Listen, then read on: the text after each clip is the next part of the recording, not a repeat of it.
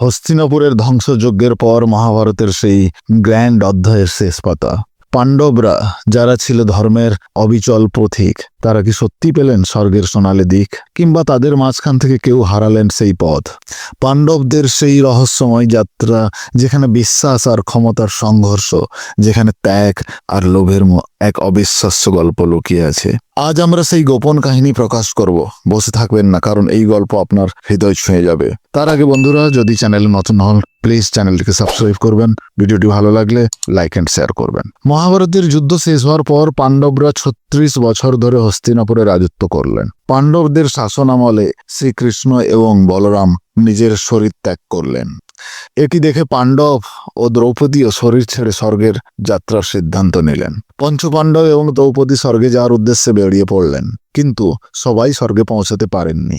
5 পাণ্ডবের মধ্যে মাত্র যুধিষ্ঠিরই স্বর্গের পথে এগোতে পেরেছিলেন। ওখানে গিয়ে তিনি দেখলেন দুর্যোধনের মতো পাপী আগেই ছিল।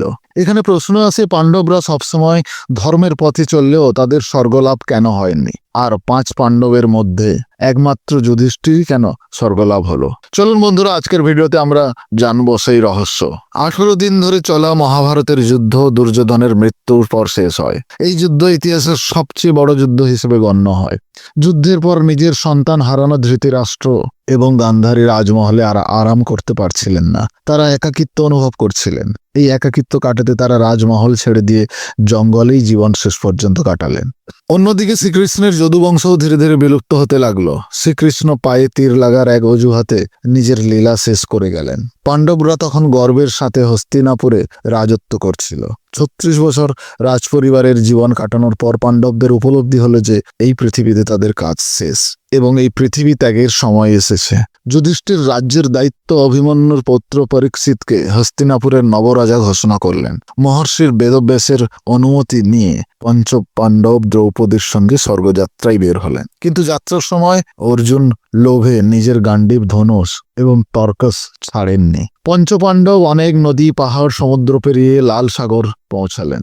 সেখানে অগ্নিদেব প্রকট হলেন এবং অর্জুনকে গান্ডীব ছাড়ার নির্দেশ দিলেন, কারণ তার কাজ শেষ হয়ে গেছে। অগ্নিদেবকে গান্ডীব এবং তর্কস দিয়ে পাণ্ডবরা পথ চলতে লাগলেন। সঙ্গে একটি কুকুরও তাদের সঙ্গে পথ চলতে লাগলো। পাণ্ডবরা জিজ্ঞেস করলে যুধিষ্ঠির বললেন, এই কুকুরটা আমাদের বন্ধু, তাই সাথে চলছে। পৃথিবীর পরিক্রমা করতে তারা উত্তরের দিকে চললেন। উত্তর থেকে পরিক্রমা শেষে পাণ্ডবরা কেদারনাথে পৌঁছলেন। সেখানে ভগবান শিব দর্শন দিলেন এবং স্বর্গের পথ জানালেন। পথে বালুর সাগর পার হয়ে সুমেরু পর্বত দেখলেন। আরও এগিয়ে বদ্রীনাথের কাছে সরস্বতী নদী পার করা ছিল দ্রৌপদীর জন্য অনেক কষ্টকর। এই জন্য ভীম একটি বড় পাথর নদীর মাঝখানে ফেলে দিলেন, যার উপরে চড়ে দ্রৌপদী সরস্বতী নদী পার হলেন। আজও মানা গ্রামে সরস্বতী নদীর শুরুতে এই পাথর আছে, যাকে ভীমশিলাও বলা হয়। কিছু দূর চলার পর দ্রৌপদী হঠাৎই পড়ে গেলেন।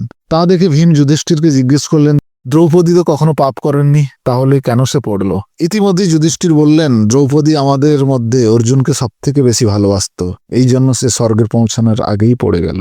বলেই যুধিষ্ঠির দ্রৌপদীকে না দেখে পথ চলতে থাকলেন। আর একটু পর সহদেব পড়লেন। ভীম আবার যুধিষ্ঠিরকে সহদেবের পাপের কারণ জানতে চাইলেন। যুধিষ্ঠির বললেন, সহদেব তার বিদ্যতায় অহংকারী ছিল, তাই সে নিজেকে কারোর সমান ভাবত না, সবার থেকে অনেক বেশি ভাবত, এই কারণে সেও পড়ে গেল। এরপর নকুল পড়লেন। যুধিষ্ঠির বললেন, নকুল তার সৌন্দর্যে অহংকারী ছিল, এই জন্য সে স্বর্গে যেতে পারল না। আবার একটু পরে অর্জুন পড়লেন।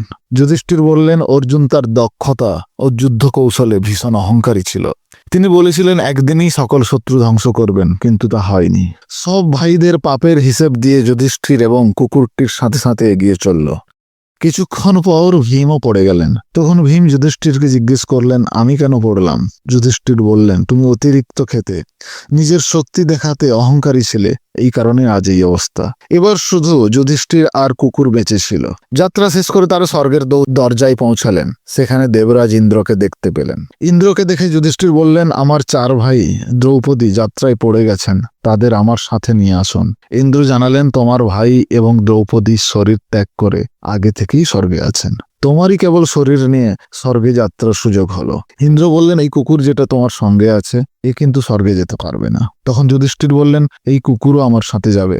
অনেক চেষ্টা করেও যুধিষ্ঠিরকে না মানাতে পারলে তখন ওই কুকুরটি আসল রূপে যমরাজ হিসেবে সামনে এলেন। যুধিষ্ঠিরের সত্যতা দেখে যমরাজ খুশি হয়ে তাকে আশীর্বাদ করলেন এবং চলে গেলেন। এরপর ইন্দ্র যুধিষ্ঠির রথে উঠে স্বর্গের পথে চললেন। যুধিষ্ঠির স্বর্গে গিয়ে অবাক হলেন, কারণ দুর্যোধন সেখানে দেবতাদের সঙ্গে এক অভিজাত সিংহাসনে বসে আছেন।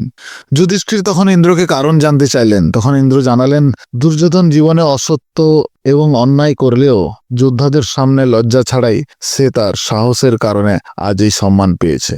যুধিষ্ঠির দেখলেন তার ভাই এবং দ্রৌপদী স্বর্গে নেই। তখন তিনি ইন্দ্রকে বললেন, আমার ভাই দ্রৌপদী যেখানেই থাকুন, আমাকে তাদের সঙ্গে থাকতে দিন, তাদের ছাড়া আমি কিছুই চাই না। ইন্দ্র তখন এক দেবদূতের সঙ্গে যুধিষ্ঠিরকে আর এক জগতে পাঠালেন, যেখানে অন্ধকার, দুর্গন্ধ, মৃতদেহের ভিড় ছিল। যুধিষ্ঠির যখন প্রশ্ন করলেন আর কত দূর যেতে হবে, তখন দেবদূত বলল, এটা অসূত্র নামে একটি নরকের পথ, যেখানে আপনি ক্লান্ত হলে আমি ফিরিয়ে দেব। যুধিষ্ঠির ফিরে যেতে চাইলে তিনি কষ্টে থাকা মানুষের কান্নার কণ্ঠ শুনতে পেলেন। তারা তাদের নাম বলল, কর্ণ, অর্জুন, নকুল, সহদেব, দ্রৌপদী এবং ভীম। যুধিষ্ঠির তখন বললেন, তুমি ফিরে যাও, আমি আমার ভাইদের ছাড়ব না। দেবদূত তখন ফিরে গিয়ে ইন্দ্রকে এই কথা জানালেন। পরে ইন্দ্র এসে জানালেন, তোমরা যোদ্ধাদের জীবনকালে আচার্য দ্রোণকে মিথ্যা খবর দিয়ে হত্যা করিয়েছিলে, এই জন্য তাদেরকে কিছু সময় নরকে কাটাতে হচ্ছে। তারপর যুধিষ্ঠির গঙ্গার জলে স্নান করে মানব শরীর ত্যাগ করে দিব্য রূপ গ্রহণ করে স্বর্গে গেলেন। স্বর্গে অর্জুন, ভীম, নকুল, সহদেব সবাই অপেক্ষা করছিল। যুধিষ্ঠির দেখলেন তাদের সাথে কৃষ্ণ এবং দ্রৌপদীও আছেন। ওখানে ভীম বায়ু দেবতার কাছে বসেছিলেন, কর্ণ সূর্যের মতো দীপ্ত ধারণ করেছিলেন, নকুল, সহদেব অশ্বিনী কুমারদের সঙ্গে ছিলেন। ইন্দ্র জানালেন, দ্রৌপদীর জন্ম হয়েছিল লক্ষ্মীর অঙ্গ থেকে। সব প্রিয়জনকে দেখে যুধিষ্ঠির খুব খুশি হলেন। এই তো বন্ধুরা, এটাই ছিল পঞ্চপাণ্ডবের স্বর্গযাত্রার গল্প। আশা করি ভিডিওটি আপনার ভালো লেগেছে। ভিডিওটি ভালো লাগলে লাইক করতে ভুলবেন না এবং যদি নতুন হন চ্যানেলটিকে সাবস্ক্রাইব করতে ভুলবেন না।